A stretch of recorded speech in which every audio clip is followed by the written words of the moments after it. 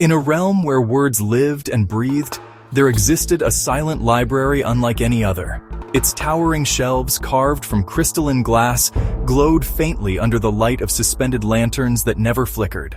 Scholars from distant lands spoke of its halls with reverence, for here the written knowledge of centuries lay encoded not in ink, but in invisible currents of magic and memory. At the library's heart sat Ilara, the archivist, cloaked in robes of midnight blue, her eyes the color of molten silver. She was not a mere scribe, but a weaver of meaning. Each day, she listened to the unspoken whispers of the texts, coaxing patterns and secrets into light, shaping them with gentle precision. The library had grown rich with knowledge, tales of distant empires, the hum of celestial machinery, the strange languages of insects, and the odds and ends of ancient lore.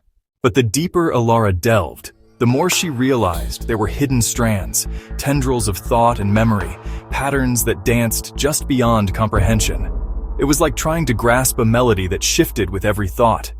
Determined, she crafted a delicate prism, a device that refracted the subtle flows of the library into scattered motes of luminescence. She called it the Mind's Lantern. When she activated it, the invisible patterns coalesced into faint glowing symbols floating in the air, fragments of meaning, beautiful yet perplexing. Day after day, using the Mind's Lantern, she mapped these patterns, twisting glyphs that spoke of balance, of questions and doubt, of shadows that hinted at truths woven between the lines. She documented 16 million of them, a number drawn from legend and whispered rumor that such a vast tapestry of features might exist if only one could see and understand. With each discovery, the library seemed to sigh, as if relieved to finally be heard. Yet Ilara knew that these were but glimpses. For every shimmering symbol she captured, there was another that slipped away into deeper, darker corners of memory. The process taxed her spirit, extracting clarity from the formless, turning noise into narrative. In her fatigue came a revelation. Perhaps the purpose was not to understand every single pattern, but to hold them gently and use them to guide her weaving of new stories. Stories that honored both the mysteries and the meanings that lay hidden. So she shifted her approach.